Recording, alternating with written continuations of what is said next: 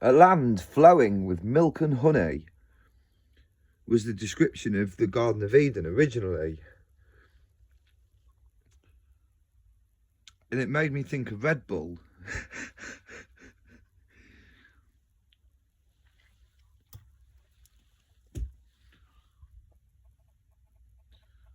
I'm sat here with my RedBull and I've got one left out of 4. And I thought, it's so much better getting them from the garage when they're ice cold. This 4's not going to last long, is it? Probably won't even be chilled by that point. And then my second thought was, I love RedBull so much. And it went, I thought, you know, I see this programme, the beginning episode, in my opinion, is like the best thing ever. Last Man on Earth. It's an American one. And yeah, he's the last man on Earth. I can't remember exactly what the premise is, but for whatever reason, there's no one else around. Everywhere else is deserted, and for all intents and purposes, he is the last man. And so he does things. It's like almost a black comedy, I suppose, but it's a comedy. And so he does things in this first episode that the things that you would do if you were the only person with no one else around. And his deterioration in this first episode, so funny. I think when you first see him, he's like actually wearing clothes and like doing fairly normal things. And by the end of the week, when he's had enough of not finding people or something like this, he just walks up to the shopping centre. He's in his socks pulled up and his underpants, and he just walks up to this big glass window, pulls this biggest hat pistol out of the back of his underpants, shoots this window real casual, and just walks through it. It's just his deterioration, because I think it was only like a week ago he was walking around like his normal person. So that made me laugh. But the thing that made me bring it to think of it was he has a little paddling pool full of, I'm assuming, tequila or whatever alcohol he likes. He has a full paddling pool of it, and he's laying in this paddling pool with his head in his mouth, like just above the surface. And every now and then he just dips under and just goes and there's absolutely no effort whatsoever, laying in this paddling pool of everything that he likes, just slowly drinking it. Oh no. And every time I think of RedBull, I think of that, because it'd be a bit sticky, wouldn't it? But as long as you're clean, so I don't see why not. Well, I don't see why not. But yeah, good old RedBull. It's that nice. But that's the analogy I would use. It's that nice. That's what I would do. Yeah, if I could, I would probably. I'd have a good shower afterwards. No mistake. Do you feel the same way about other things? I mean, obviously everyone's different. You like alcohol and that, which is good. Jesus drank wine. You know, I'm not one to say anything anyway, but you know, everyone's different, as I keep saying. But yeah, Jesus drank wine with his disciples, and they celebrate him. Have a good foot wash, like walking, all that dust, all them sandals. lot to wash.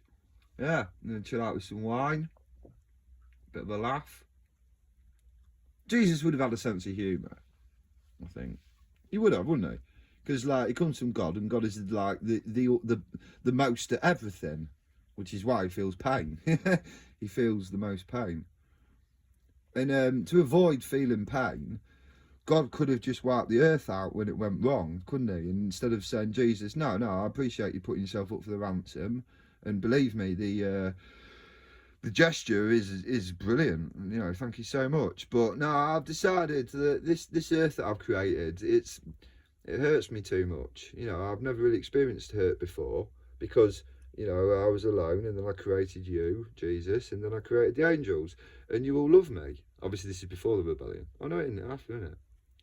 So yeah, sorry, look, completely wrong, aren't I? See, I'm wrong about stuff. There you go.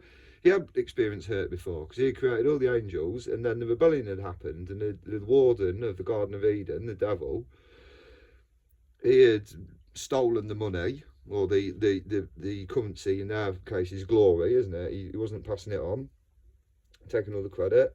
As I said before, he would have been on Earth, and Adam and Eve would have been like, oh, this cheers, warden of the Garden of Eden. Thank you so much. We're loving it here. Please, you know, tell our Heavenly Father how much we appreciate His creation and how beautiful everything is. And I imagine the warden, you know, the soon to be called devil, before he turned, he would have been like, oh yeah, no, yeah, I'll tell him, yeah. Probably, I might tell him, you know, if he wants to forget. So that, I can imagine that's what it would have been like. And then after a while, this warden's walking around the Garden of Eden, you know, the go-to for Adam and Eve, all the praise and glory, it all channels through him, like the money at the end of the night. It all channels through the manager, or I'm assuming, and goes to the higher authority. But unfortunately, this, like say, you know, manager, warden, wasn't really passing it on. I don't know how that works when the currency is glory and praise rather than money. But I suppose it's credit, really, isn't it? Credit where credit's due. That was spontaneous. That, yeah, credit where credit's due, isn't it? So, yeah, obviously, again, my belief, your premise, but yeah, they're going along with the Bible premise. The Jehovah God created everything. He did it because everything he could create everything beautiful. So he did because he could. Because he's loving first and foremost, and then when things get out of control and he has to step in like any parent, that's when that side of him comes out, unfortunately, and that's the brutal side. That's the will ground enemies into dust. Judgment is complete, and you are not sorry for what you've done. And unfortunately, he has to be around, because if he wasn't around, then this side of Jehovah God wouldn't have been around. The beautiful, loving, caring side, who luckily for us, look at the lights, it's brighter down there than it is up there. That's the dominant side. Okay, so luckily for us, it's not even. You know, because that would be psychopathic, wouldn't it? That's, you know, flipping with no, it's like teetering, so it's constantly either one or the other. Probably like me, actually, either happy or sad, never in between. But yeah, so if got, because I use analogy, I worked out, that's why I like all this so much. God, he's got a split personality. And humans, we can't appreciate that, because normally humans are either really good, you know, or really bad. And I don't mean bad like that, but like harsh, brutal, you know. But I suppose if people are, yeah, I know what you're thinking, yeah, people are a bit of both. Well, yeah, but are they the same amount to the extreme both? So God is all loving, and he is the most loving. He's the best at being loving. There you go. He's the best at being loving, and he's the best at justice and reading people's hearts and seeing the true intent. And deciding, basically, really, black and white thinking, basically deciding, you know, right, has this person gone too far? Have they sinned callously with extreme things?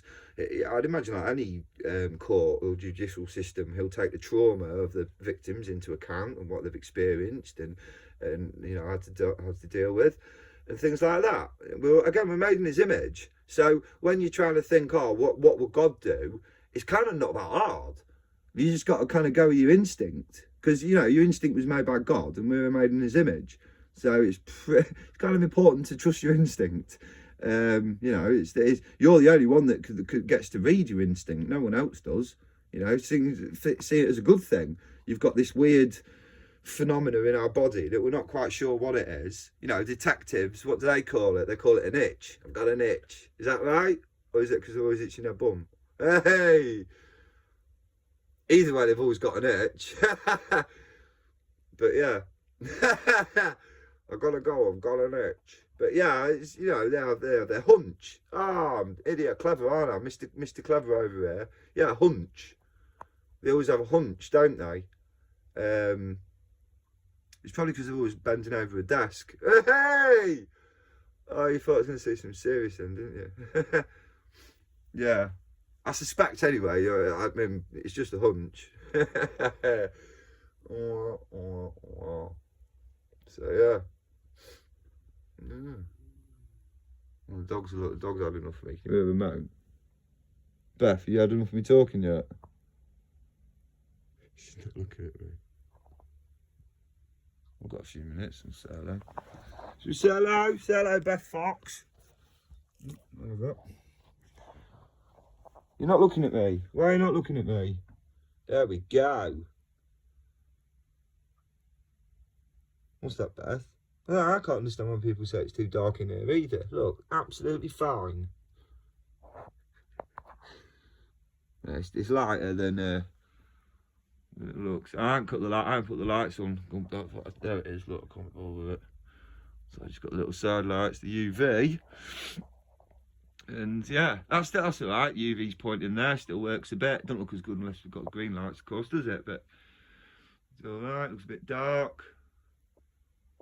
Yeah, what other people call dark, I call cosy. Remember that woods thing? You don't have to be afraid in the woods when you're the scariest thing in there. No matter what time of night you go through there. That's what you tell yourself when you're going through the woods, and yeah, because I do. Just to tell yourself, don't worry, I'm sure it'll be alright. So yeah. I've got loads of moons. Yeah, can't think about else to talk about. Got a few minutes yet. What do you want to talk about? What do you want to talk about?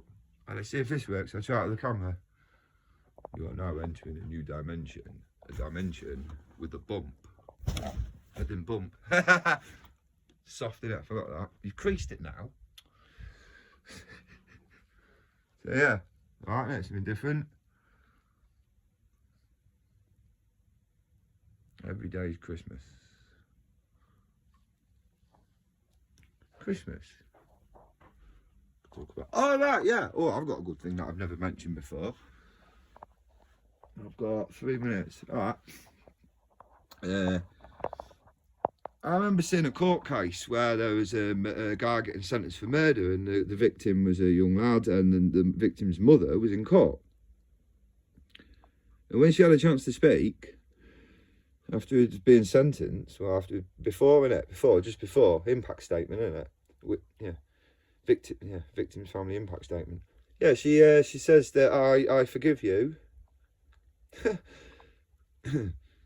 I know. I forgive you for what you did to my son, and if my son was alive, I'm sure you would have been good friends. And like, not a lot of things kind of get me these days, but that got me. And you're like, wow.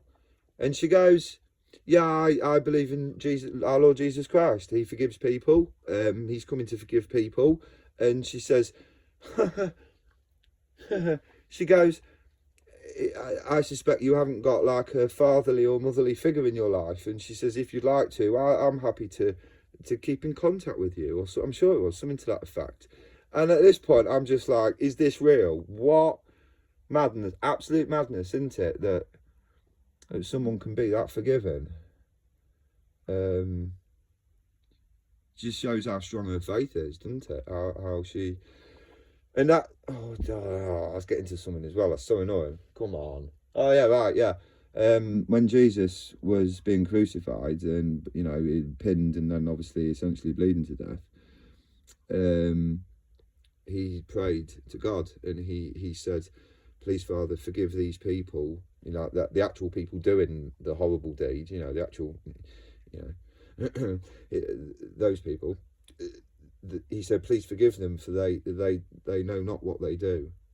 So, like, basically saying, look, please, they're just being told what to do by the Romans. They're not doing this. And if they did know in their hearts that I am the Son of God and I am the greatest man who will ever walk this earth and came with only good intentions, if they knew who he was, he goes, if it's sort of thing, if you knew who I am, then they wouldn't have done it.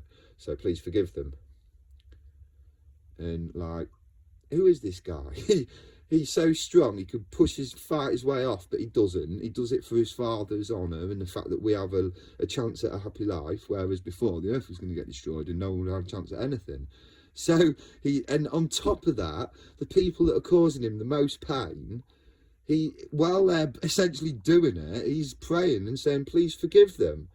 If that ain't a legend, then you tell me what is. What an absolute legend, okay? And this is why he's the man.